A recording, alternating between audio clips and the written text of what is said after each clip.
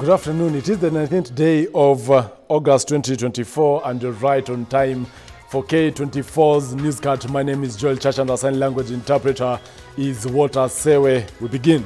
The Senate has begun hearing the third impeachment motion against Meru Governor Kawera Mwangaza.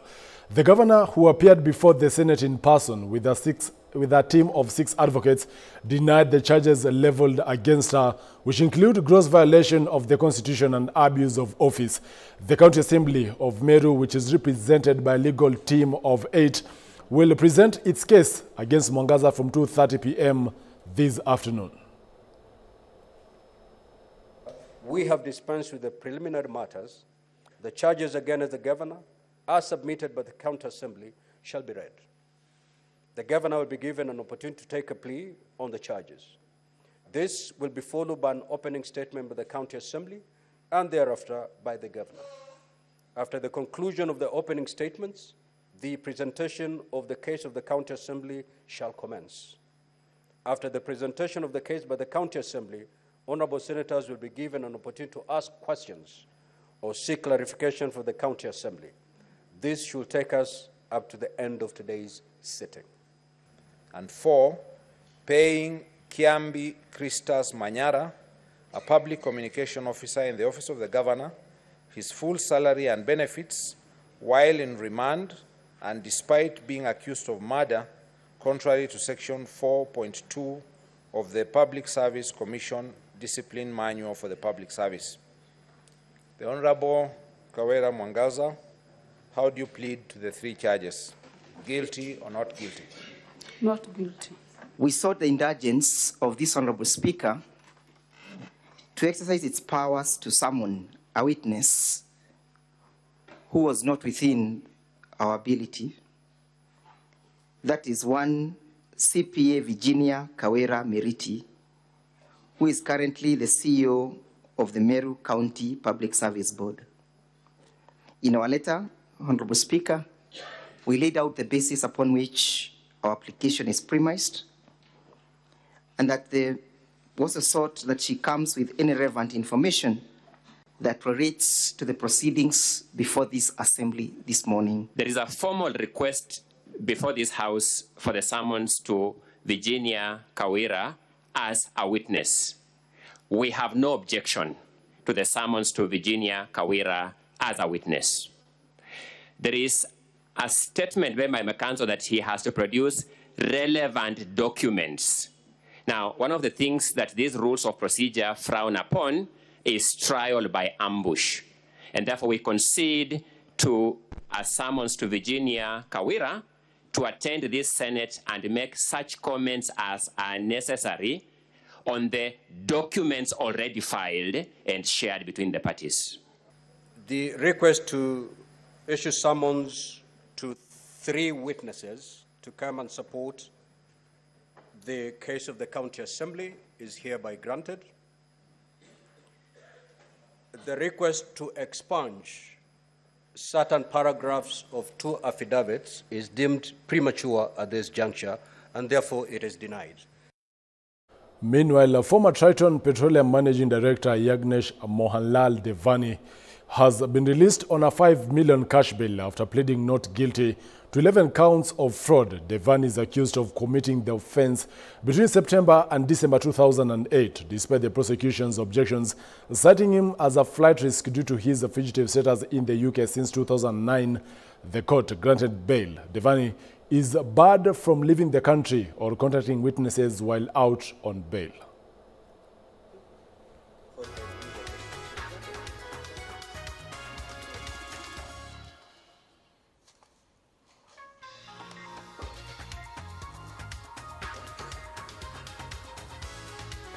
Accused person, on your behalf and on behalf of the company, Triton Petroleum Company Limited, you shall be released on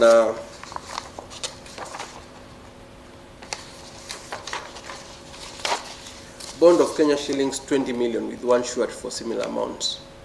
That's if it is a property, 1 million, 1 short for similar amount.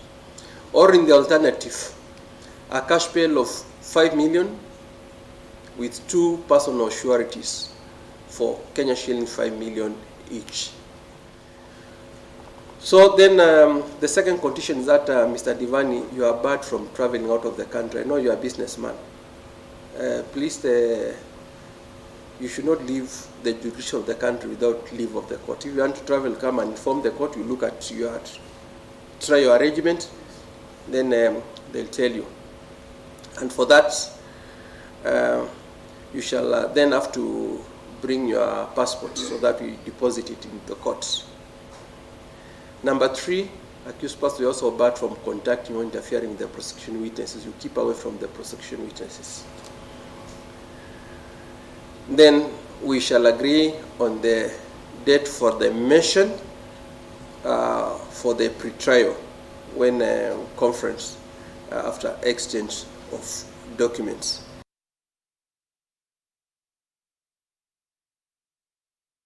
We focus now on this developing story where Uasin Gishu Deputy Governor Engineer John Barotot has officially announced his resignation. This is after at the County Assembly, in the presence of Governor Jonathan B. and other county officials. Barotot has attributed his resignation to a new challenge and opportunity in the ICT world, even as insiders say the resignation was managed at the last minute to save the face of the newly crowned city of Eldoret. Let's listen in. My humble request and my pleasure to welcome the Deputy Governor, Engineer John Kibet Barorot, to give his remarks. Karibu. Thank you very much. Thank you very much, Your Excellency the Governor. The Governor of Uasin Gishu, Dr. Jonathan B., all the leadership of the County Assembly of Uasin Gishu, led by the Speaker, Leader of Majority, Leader of Minority, and all the honorable members who are here, all the members of the Executive, including all the public servants, employees of County Government of Uasin Gishu, members of the Fourth Estate, members of the public who are here, members from religious organizations. Good afternoon. Good afternoon. This morning, we've been having this conversation with His Excellency the Governor, and I want to take the first opportunity to thank Dr. Jonathan B. for having given me this opportunity to work with him to serve the people of Uasin Gishu. Thank you for the people of Uasin Gishu for electing Governor and me as the deputy in the last general election. We have had more successes in the last 2 years than the challenges. And I go with my head very high because I've weighed between the current responsibility that I have together with the ongoing international digital transformation. There is a digital transformation going on globally. There is what we call artificial intelligence. There is a lot of partnerships which even the national government has been signing with large multinationals, including companies like G42, companies like Microsoft. There have been a lot of investments. There will be a lot of investments in the ICT space, including building a global data center in Naivasha. That brings in this journey of transformation, which will happen in the next 2 to 3 years. Me as a person, I look at really looking, because I've seen many transformations. In Kenya, I've been in this ICT world for more than 30 years. I've seen transformation from analog to digital, which happened during my time. I've seen fiber optics arriving in Kenya. Before that, we were using Our very own Timothy Simwa will be filing a detailed report later on in a subsequent bulletin. Away from that, our focus now on matters of health. Tharaka Nithi Governor and Council of Governors Health Committee Chairman Mudhomi Njuki is urging counties to stay vigilant against the risks of mpox disease. Njuki assured that devolved units are working closely with the national government to monitor and contain the disease through an established reporting system. Kisii and Kiambu counties have already reported suspected cases that are currently under testing. Governor Njuki made these remarks during the dedication of PCA Nkio in Chuka.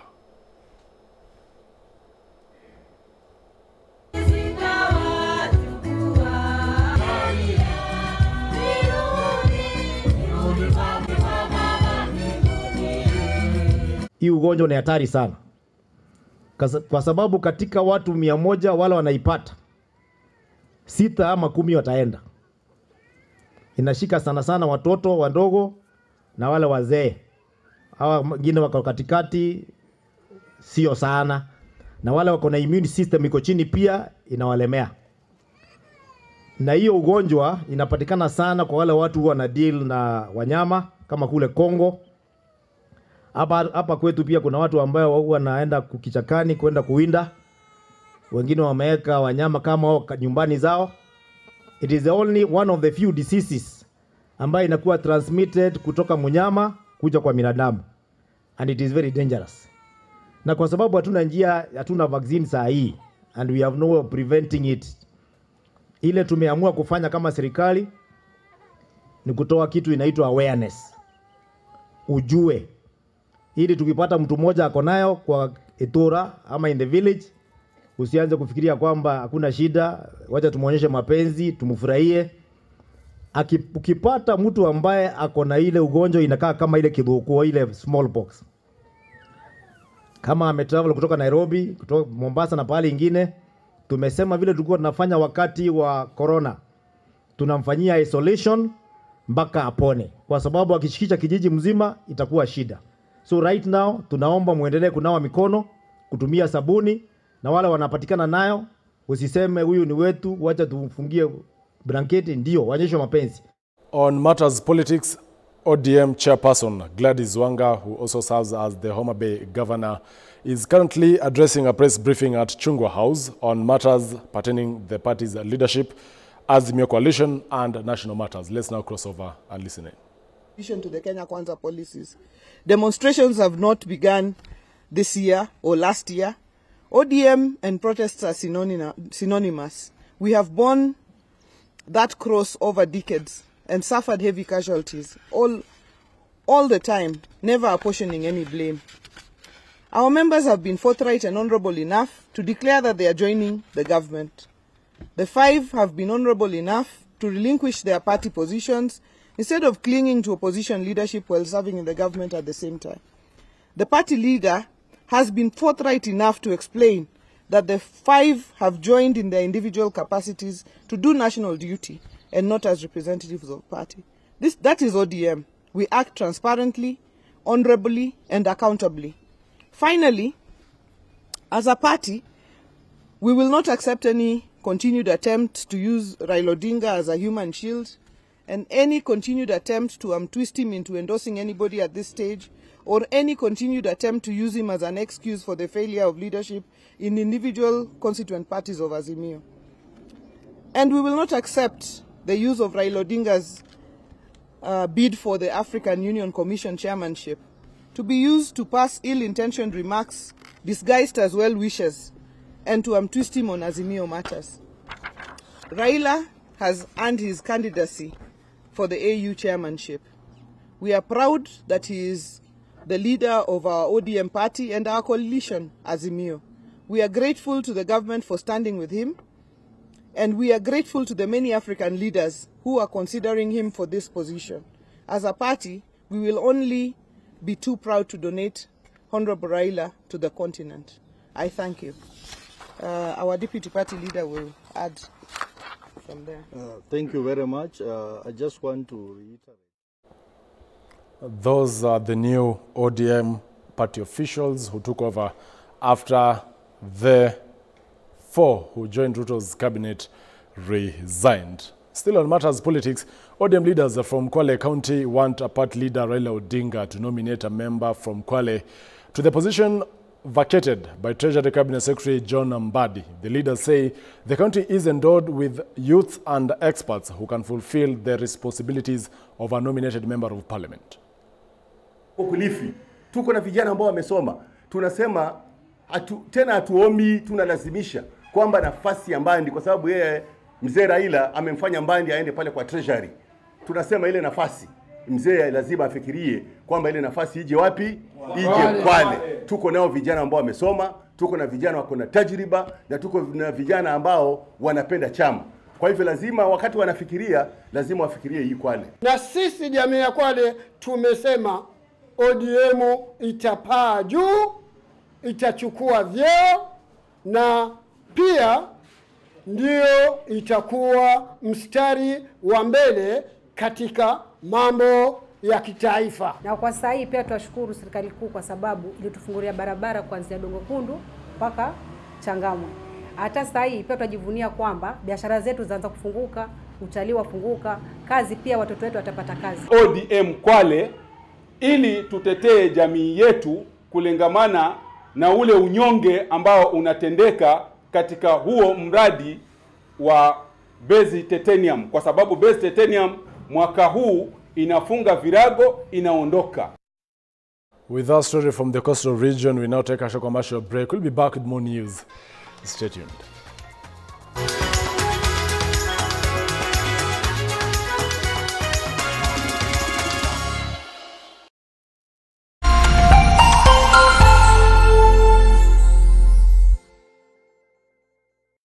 Have you watched K24? We would love to hear from you. Send us your feedback on what you like and what you don't like and why. You can use any platform to reach us. We can be reached on Facebook,